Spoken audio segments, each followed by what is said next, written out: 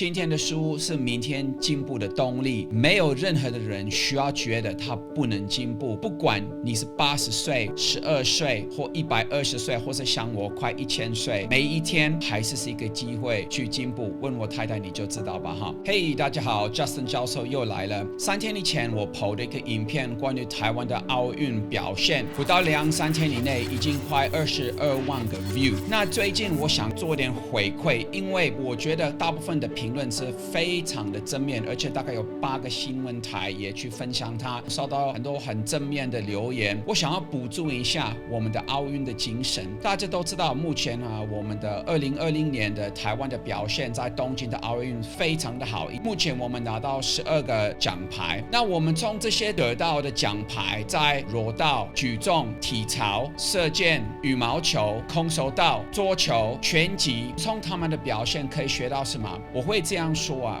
每一个人在他人生中其实都是在一个奥运的比赛里面，虽然说没有看到分数，但是在我们这个人生呢，我们身边的人其实都是在帮我们打分数。你说怎么样的分数？假设你知道讲什么？其实这个分数就是简单，你有没有增加正面的能量？你有没有让人觉得更快乐、更舒服，让他们觉得可以发挥他们自己的能力？那我觉得，毕竟大概有22万个人看这个影片，应该是很正面。有一些人可能比较负面的态度。这个奥运的比赛，我想要让大家注意一件事情。我们看到最近的空手道比赛，文姿云跟 Ukraine 的打，最后一分就是 Ukraine 得了金牌，他马上去抱文姿云，然后讲一些鼓励的话。这个是奥运的精神。在台上的时候，我们的确是竞争对手，可是一旦结束，我们是朋友。虽然我赢了，我还是希望你觉得你的表现也是非常的好。这个是奥运的精神，这是一个很典型的运动家有风度的。是否我们在当观众的时候也要维持这个心态？就像你当我的观众，你是马上按订阅，因为你知道不按订阅是对不起你自己。对不起，我还没有开始开玩笑你们想按订阅就是自己的事。媒体跟YouTube、Facebook、Instagram， 我们应该是产生一些正面的，让人家觉得说虽然说我们是竞争对手，可是打在地上，然后把我留着在那边，没有，我们还是一起起来。我觉得这个是牵涉到一个态度，在我们的人生里面，虽然这个人生是有竞争，可是你是跟谁在竞争？是跟旁边的人竞争吗？还是跟你自己竞争？我非常的推荐，如果我们改变我们的思想，我们认为说我的竞争对手是我自己，我觉得这个是台湾做的非常的好。大部分我们的选手，当然我们不能一概而论，不是说每一个奥运的选手都有这个态度，但是我觉得大部分是。那有的人留言说，不是只有台湾是这样，你为什么就是鼓励台湾的？我就这样回答，你不会鼓励你自己的小孩子吗？你不会看到你自己的人在成功，然后不会想要帮助他们？当然我也是欣赏别的国家的成功，但是我是住在台湾30年，所以如果你是反对我给他们加油，这个是不是要去检讨一下？讲到这个，我想提到我自己的故事。我小的时候长大在南非，在南非男生应该是要练橄榄球球类的运动，可是我不喜欢，我从很小对这些东西没有什么兴趣，甚至有的人觉得我可能是有点俗辣，其实我只是还没有找到我想要发挥的地方。后来呢，我开始练空手道，练了不到2个月，我那个教练就一直鼓励我，他觉得我对这个有一点天分，因为我的柔软度很高，然后可以踢得很快。我练的体操，从一个看起来好像是弱的男生，到不到15岁，我可以自己举120公斤，我才65公斤的，在15岁的时候，这个都是我自己练出来，但是不会有这个成功，要不是我的空手的教练一直鼓励我，因为他给我这个信心。那是否我们在台湾的责任就是来鼓励我们的选手？还有一件事情，如果你想要鼓励我的话，马上订阅。对，我是说你你看下面那个右边，你就按个下就没事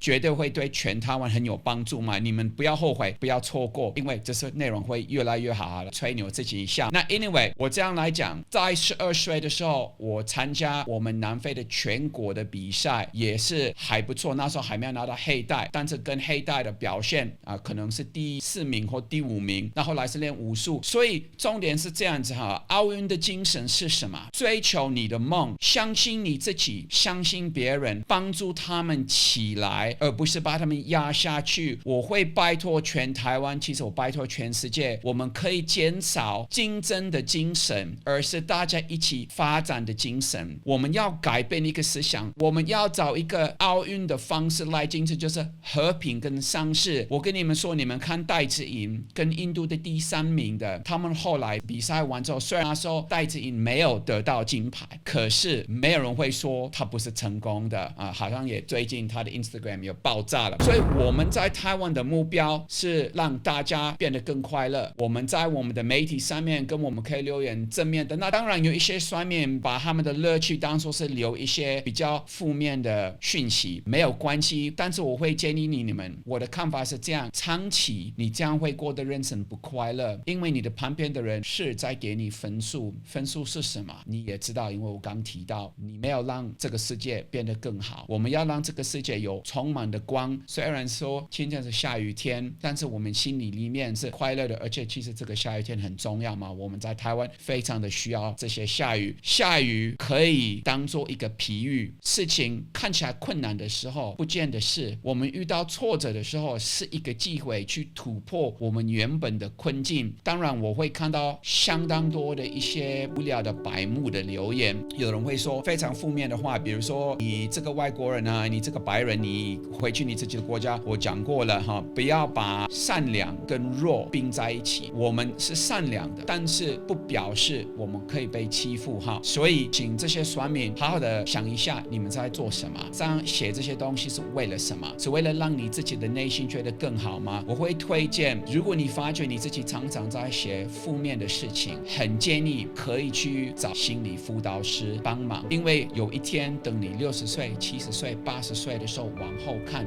做的这些事情可能是并不会那么快乐。但不要忘了，每一个时刻是一个机会变得一个更好的人，就跟我们的奥运选手一样，每一个时刻，甚至我是想要拿到金牌，可是我是站在第3个位置，我还是笑出来，我还是觉得说我有努力。恭喜今天你得的金牌，就是今天这是你的赢果，这是你该得的东西，那我会继续努力。你们放心，到最后的那一天，等你往回看你的人生，你会觉得最值得最重要的事情，而不是你拿到什么奖状，而是你拿到多少个人的鼓励，还有多少个人看你觉得说你是一个模范生。这个是我们台湾的奥运精神。那我不要多追了，可是这一次的奥运让我学到什么？你赢的时候不会太骄傲，你输的时候不会太失望。当然一定是有一点点的失望，但是你会认为说，我这一次输了，就是下次的机会起来。在我的人生里面，我也是这样发现的。人生中是